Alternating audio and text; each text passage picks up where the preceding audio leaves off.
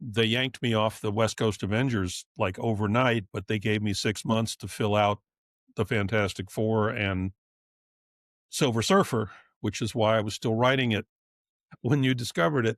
Um, um, but it was like, as a courtesy to you, you can have 6 months before we kick you out. So, I tried to, you know and the Surfer, I tried to do this vast epic, and hopefully I, pulled that off. But the FF, that was just, that's why I took my name off of it eventually, because I had like 4 or 5 epic storylines, multiple issue storylines that I was gonna do with Ultron and with all this stuff.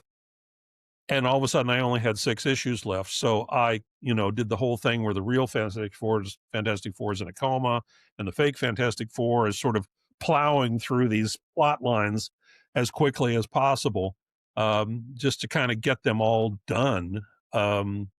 And so I moved Master Pandemonium and Mantis over to the FF because I didn't have the West Coast anymore, and since I had time and I was in the middle of a story, it made sense to just continue it over there.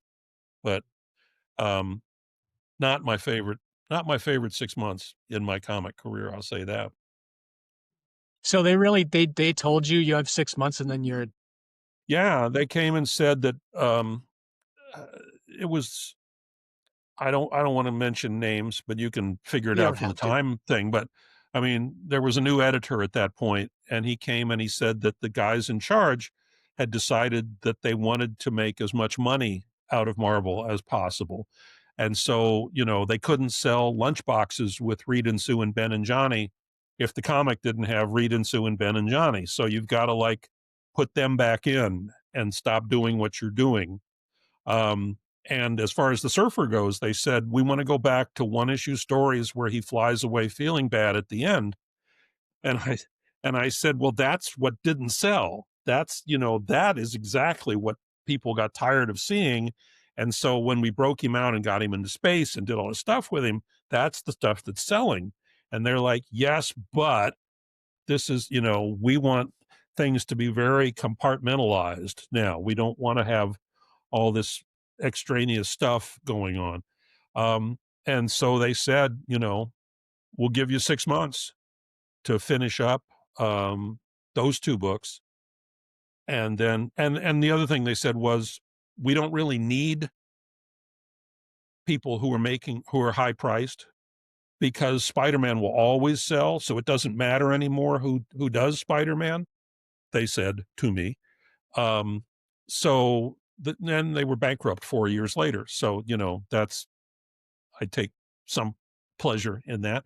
Um, but they just that was the Revlon people, and they just wanted to suck as much money out of this acquisition as possible. The way people who buy things in order to suck money out of them like to do. So they didn't care about Marvel Comics per se. They thought Spider-Man, it's proven quantity now, so we don't have to pay anybody to write it or draw it. We'll just, and so,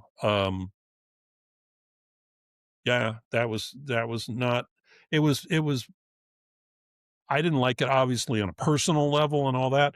But again, as a stone Marvel fan, I thought, this is wrong. This is just wrong what you guys are doing. But that's what they were doing. So, and I will say, as far as the Surfer goes, I think I did 1 or maybe 2 issues that are like 1 issue stories where and then for whatever reason, they came and they said, "Oh, okay, you can do what you want to do in the Surfer." So then I did that whole Kree Skrull War thing to tie it off, but they never said that about the FF. The FF, I was just sort of like taking what I had wanted to do and getting it out there the best way I could. Um, it was, that's the end of the Marvel age as far as I'm concerned.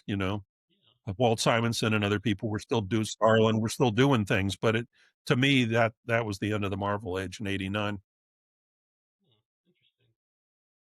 I thought you brought space opera back to Silver Surfer.